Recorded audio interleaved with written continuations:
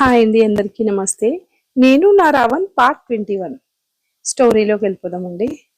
ఏంటక్క నువ్వు టెన్షన్లో ఉన్న నన్ను ఇంకా భయపెడుతున్నావు అంటూ గాయత్రి వెనకే వెళ్ళింది నందు. హాల్లోకి వెళ్ళాక ఏంటి నాన్నగారు పిలిచారట అంటూ భయంగానే కళ్యాణ్ గారి ముందు నిలబడింది. నందుని చూసిన కళ్యాణ్ గారు, ఏంటమ్మా అలా ఉన్నావు, ఇలా కూర్చో అని చేయి పట్టుకుని ఆయన పక్కన కూర్చోబెట్టారు. గాయత్రి వెళ్ళి ఆయనకు మరో పక్కన కూర్చుంది. ఆయన తనకు రెండు పక్కల కూర్చున్న కూతుర్ల చేతులను పట్టుకుని, మీలాంటి కూతుర్లు ఉన్నందుకు నేను చాలా అదృష్టవంతుణ్ణి. నా కూతురు నా మాట ఎప్పటికీ కాదన్నారన్న నమ్మకం నాకుంది అని నందుని చూస్తూ, నేను చెప్పింది నిజమే కదా అన్నారు. నాన్నగారి మాటలు వింటుంటే నా మాటలు విన్నట్లు లేదు అని మనసులో అనుకుని, నిజమే నాన్నగారు, మీ మాట నేనెప్పుడు కాదనను అంది నందు. నువ్వెలా అంటావని నాకు తెలుసు, కానీ మొన్న ఎందుకో నిన్ను దేవ్ సార్ దగ్గర చూస్తే చాలా భయం వేసింది. అందుకే నీతో అలా మాట్లాడాను. అంతేగాని నేను నీ మీద నమ్మకం లేక అయితే కాదన్నారు. నాకు తెలుసు మీరేంటో. మీరు ఇవన్నీ కాదు నాకు చెప్పాల్సిన అవసరం లేదు అంది నందు. తండ్రి కూతురు మాట్లాడుకున్నది చాలు, భోజనం టైం అయింది, రండి వడ్డిస్తా అన్నారు తులసి గారు. నువ్వు వడ్డించడం కాదు, ఈ రోజు అందరం కలిసే తిందాం అంది నందు. అలా నలుగురు కూర్చుని చాలా రోజుల తర్వాత సంతోషంగా భోజనం చేశారు. నందు భోజనం చేస్తూ, అక్క బావ రాలేదేంటి అంది. మీ బావ సంగతి నీకు తెలిసిందే కదా, ఎప్పుడు వర్క్ తప్ప మరో ధ్యాస ఉండదు. నాన్నగారిని చూడ్డానికి సండే వస్తా అన్నారంది గాయత్రి. హో అవునా, మొన్న ఫోన్లో ఏదో సర్ప్రైజ్ అన్నావు, ఏంటది అంది నందు. అది నేను చెప్పడం కాదు, త్వరలోనే నీకు తెలుస్తుంది అంది గాయత్రి. ఏంటి అంత సస్పెన్స్ మెయింటైన్ చేస్తున్నావు, అదేంటో ఇప్పుడే చెప్పొచ్చు కదా అంది నందు. నో, ఇప్పుడు చెప్పను, అదేంటో తెలియాలంటే కొంచెం వెయిట్ చేయాలంది గాయత్రి. అండ్ హ్యాండ్ వాష్ చేసుకుంటూ, పో అక్క నువ్వు ఈ మధ్య మారిపోయావు, నీకు పాపో బాబో పుడతారు కదా, వాళ్లకు బాగా అల్లరి నేర్పించి నీ మీద రివెంజ్ తీర్చుకుంటాను అంది నందు. అంత లేదమ్మా, నాకు పిల్లలు నీలా అల్లరి చేస్తేనే ఇష్టం. అయినా వాళ్ళకు నువ్వు నేర్పించాల్సిన పని లేదు, ఖచ్చితంగా వాళ్ళకి పిన్ని బుద్ధులే వస్తాయి అంది గాయత్రి. తులసి గారు కళ్యాణ్ గారు వాళ్ళ మాటలకు నవ్వుకుంటూ భోజనం చేశారు. ఆ తర్వాత రోజు, ఏయ్ నందు, లేవవే, త్వరగా లే అంటూ నిద్రపోతున్న నందుని లేపుతుంది గాయత్రి. ఏంటక్క నువ్వు ఇంకా మారలేదా, చిన్నప్పుడు ఇలానే లేపేదానివి, ఇప్పుడు కూడా ఇలానే లేపేస్తున్నావు, నన్ను ప్రశాంతంగా నిద్రపోనివ్వవా నువ్వని గాయత్రిని కసురుకుంది నందు. నీ మొహం, మనం తర్వాత తీరిగ్గా పోట్లాడుకోవచ్చు, త్వరగా లే, నిన్ను చూడ్డానికి పెళ్లి వాళ్ళు వచ్చారు అంది గాయత్రి. ఆ మాట విన్న నందు వెంటనే లేచి కూర్చుని, ఏంటక్క నువ్వనేది, నన్ను చూడ్డానికి పెళ్లి వాళ్ళు రావడం ఏంటి, నాకు ఇదంతా ఎందుకు చెప్పలేదు అంది. నేను చెప్పిన సర్ప్రైజ్ ఇదే. యాక్చువల్లీ మా చిన్న మావయ్య గారి అబ్బాయికి నువ్వైతే బాగుంటుంది, మా అత్తయ్య గారు ఇవాళ్ళు అన్నారు. అదే విషయం నాన్నగారితో చెప్పాను, ఆయన కూడా ఓకే అన్నారు. నాన్నగారు రాత్రి నన్ను పిలిచి నేను చూసుకోవడానికి మా చిన్నత్తయ్య వాళ్ళని ఈ రోజు రమ్మని చెప్పమన్నారు. అప్పుడే నీకు ఆ విషయం చెప్దామని అనుకున్నాను, కానీ అప్పటికే నువ్వు నిద్రపోయావు, అందుకే చెప్పలేదంది గాయత్రి. ఇప్పుడు నిద్ర లేపినట్లు అప్పుడు కూడా లేపి చెప్పాల్సింది. అయినా నాకు అప్పుడే పెళ్ళేంటక్క, కొన్ని రోజులు ఇలానే ప్రశాంతంగా ఉండనివ్వు అంది నందు. అది కాదే, ఇప్పటికే నీ గురించి నాన్నగారికి చాలా బెంగగా ఉంది, పైగా ఆయనకి హెల్త్ కూడా సరిగా ఉండడం లేదు. నీ పెళ్లి చేస్తే ఆయన బాధ్యత తీరుతుంది కదా, ఆయన సైడ్ నుంచి కూడా కొంచెం ఆలోచించండి గాయత్రి. మీరంతా కలిసి డిసైడ్ అయిపోయాక ఇక ఆలోచించడానికి ఏముంది, మొత్తానికి నాకు దిమ్మ తిరిగే సర్ప్రైజ్ ఇచ్చారు అంది నందు.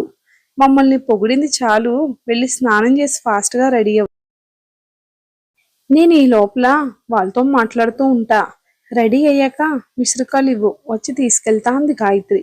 సరే నువ్వు వెళ్ళు అని ఆమెను పంపించి స్నానం చేసి కట్టుకోవడానికి చీర తీసింది.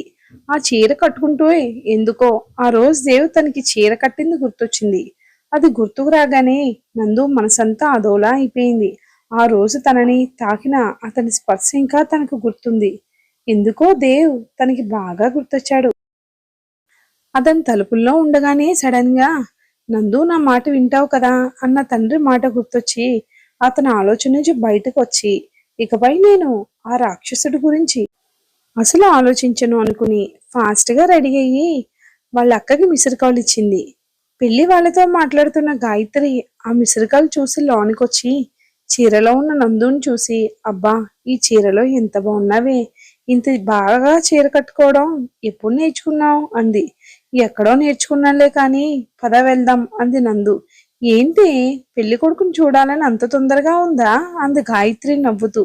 నీ మొహం ఏమీ కాదు, ఇక్కడే ఉంటే ఆ రాక్షసుడి ఆలోచనతో నా మనసు ఎక్కడ పాడైపోతుందా అని నా భయం అని మనసులో అనుకుని పైకి మాత్రం అదేం లేదు, వాళ్ళు వచ్చి చాలాసేపు అయింది కదా అందుకే అంది నందు. అవునా, సరే పద, వాళ్ళ ముందు కొంచెం సిగ్గుపడుతున్నట్లు తల దించుకుని ఉండు అని చెల్లికి చెప్పాల్సింది అంతా చెప్పి హాల్లోకి తీసుకెళ్ళింది గాయత్రి. హాల్లో ఒక పక్క పెళ్లి కొడుకు తరపున వాళ్ళు కూర్చుంటే మరో పక్క కళ్యాణ్ గారు ఇంకా కొంతమంది బంధువులు కూర్చున్నారు. గాయత్రి నందుని తీసుకెళ్లి కళ్యాణ్ గారి పక్కన కూర్చోబెట్టింది. పెళ్లి కొడుకు తల్లి, నందు, నువ్వు మీ అక్క చెప్పిన దానికన్నా చాలా బాగున్నావు. ఎప్పుడో మీ అక్క పెళ్ళప్పుడు చూసా, మళ్ళీ ఇదే చూడ్డం. ఒకసారి తలెత్తి మా అబ్బాయిని చూడు, నీకు నచ్చితే వెంటనే పెళ్లి చేసేద్దాం అన్నారు. ఇదేంటి ఈవిడ మరీ ఇంత ఫాస్ట్ గా ఉంది, నేను నచ్చానని చెప్తే ఇప్పుడే తాళి కట్టించేటట్టు ఉంది, ఇప్పుడు ఎలారా దేవుడా అని మెల్లగా తల పైకెత్తి పెళ్లి కొడుకుని చూసింది. పెళ్లి కొడుకు మరీ ఎంత తీసి పారేయాల్సిన క్యాండిడేట్ అయితే కాదు, చూడ్డానికి బాగానే ఉన్నాడు. కాని నందు మనసు ఎందుకో అతను నచ్చలేదు. కానీ ఆ విషయం చెప్తే తండ్రి ఎక్కడ ఫీల్ అవుతాడో అని తన మనసులోనే ఆ విషయం దాచిపెట్టి మళ్ళీ తలదించుకుంది. ఏంటమ్మా సిగ్గుపడుతున్నావు, మా అబ్బాయి నచ్చాడా అన్నారావిడ. చెల్లమ్మ, నీకు ముందే చెప్పాను, మా అమ్మాయికి నేనేం చెబితే అదే, తనకు అబ్బాయి అంటే ఇష్టమే, మనం ఇక మిగిలిన విషయాలు మాట్లాడుకుందాం అన్నారు. మీరు చాలా గ్రేట్ అన్నయ్య, ఆడపిల్లల్ని చాలా పద్ధతిగా పెంచారు, అందుకే మీ ఇంటి సంబంధం కోరుకున్నాం. మాకు కట్న కానుకలు అవి పెద్ద వద్దు, మా వాడు వచ్చే వారమే అమెరికా వెళ్ళిపోతాడు, అందుకే ఒక 2 రోజుల్లో వీళ్ళు పెళ్లి చేసేస్తే బాగుంటుంది అనుకుంటున్నాను అన్నారు. ఇప్పటికిప్పుడు పెళ్ళంటే ఎలా అమ్మా, పెళ్లి పనులన్నీ చూసుకోవడానికైనా కొంచెం టైం కావాలి కదా అన్నారు కళ్యాణ్ గారు. బావుగారు, డబ్బుంటే పనులన్నీ అవే అవుతాయి, వాటి గురించి మీరు ఆలోచించకండి, అవన్నీ మేము చూసుకుంటాం. మీరు అమ్మాయిని తీసుకుని కళ్యాణ మండపానికి వచ్చేయండి చాలన్నారు పెళ్లి కొడుకు తండ్రి. ఇదేంటి ఇప్పుడే వచ్చి చూశారు, 2 రోజుల్లో పెళ్ళి అంటున్నారు, లైఫ్ లాంగ్ కలిసి ఉండే ఒక బంధాన్ని ఇంత త్వరగా డిసైడ్ చేసేస్తారా, కనీసం ఒక్కరైనా నా గురించి ఆలోచించరా అంటూ తననే చూస్తున్న పెళ్లి కొడుకుని చూసి, సా వీడేంటి ఆడపిల్లని చూడడం ఇదే ఫస్ట్ టైం అన్నట్లు చూస్తున్నాడు అనుకుని, అక్క నాకు కొంచెం ఇబ్బందిగా ఉంది, లోపలికి వెళ్ళిపోతానే అంది గాయత్రితో. కాసేపు ఓపిక పట్టు, ఇలా మధ్యలో వెళ్ళిపోతే బాగోదంది గాయత్రి. ఏంట ఏంటమ్మా అక్క చెల్లెలు చెవిలో ఏదో గుసగుసలాడుతున్నారు, అబ్బాయితో విడిగా ఏమైనా మాట్లాడాలంటే మాట్లాడందు నందు, మాకెలాంటి పట్టింపులు లేవు, ఇక్కడ మేమంతా ఉన్నామని ఇబ్బందిగా ఉంటే మీరు అలా మేడపైకి వెళ్ళి మాట్లాడుకోండి అన్నారు పెళ్లికొడుకు తల్లి. హే మధ్యలో ఈవిడగోలేంటి అనుకుని, అబ్బే అదేం లేదండి అంది నందు. చెల్లెమ్మ చెప్పింది నిజమే నందు, అబ్బాయిని తీసుకుని వెళ్ళు అన్నారు కళ్యాణ్ గారు. ఇక ఆయన ఆ మాట అన్నాక ఇక తప్పదన్న పెళ్లి కొడుకుని చూసింది. పెళ్లి కొడుకు కూడా లేచి నందుని ఫాలో అవుతూ మేడపైకి వెళ్ళాడు. నందు ఏం మాట్లాడాలో తెలియక పైన ఉన్న పూల మొక్కలకు నీళ్లు పోస్తుంది. అతను కూడా కాసేపు సైలెంట్ గా నిలబడ్డాడు. కొన్ని నిమిషాల తర్వాత అతను ఇక మాట్లాడలేక తప్పదు అన్నట్లు, నందు గారు, నా పేరు విక్రమ్, విక్రమ్ ఆనంద్, మరి మీ పేరేంటి అన్నాడు. అతని ప్రశ్నకు నందు నవ్వుతూ, మీ ప్రశ్నలోనే జవాబు ఉంది కదా అంది. తను చెప్పింది అర్థమైన విక్రమ్ నాలుక ఖర్చుకుని, సారీ, ఏం మాట్లాడాలో తెలియక అలా మాట్లాడేశా, మీరు నవ్వితే చాలా బాగున్నారు అన్నాడు. థ్యాంక్స్ అంది నందు. అక్కడ గులాబీ మొక్కకు ఉన్న పువ్వును కోసి జడలో పెట్టుకుంటూ, మీకు మొక్కలంటే ఇష్టం అనుకుంటా అన్నాడు విక్రమ్. లేదండి, అమ్మకి ఇష్టం, నిజం చెప్పాలంటే వీటి ముఖం కూడా చూడను అంటూ అనుకోకుండా కిందకు చూసిన నందుకి దేవు కనిపించాడు. వీడేంటి డైరెక్ట్ గా ఇంటికి వచ్చేసాడు, నేను ఇంకా రాలేదని నిన్న తీసుకెళ్ళడానికి వచ్చాడా? నాన్నగారు కనుక వీడిని చూస్తే ఇక అంతే అనుకుంది మనసులో. ఏంటి నందు, ఏమైంది? అలా చెమటలు పడుతున్నాయి అన్నాడు విక్రమ్. ఏం లేదు అంది కిందకు చూస్తూనే. నేను ఇటు మాట్లాడుతుంటే కిందకు చూస్తారేంటి అంటూ వెనక్కి తిరగబోయాడు విక్రమ్. విక్రమ్ దేవుని చూస్తాడా లేదా అనేది మనం తర్వాయి భాగంలో చూద్దామండి. డైలీ 2 ఎపిసోడ్స్ ఇవ్వడానికి తప్పకుండా ట్రై చేస్తానండి. మీరు సపోర్ట్ చేస్తున్నందుకు చాలా థ్యాంక్స్ అండి. Thanks for watching.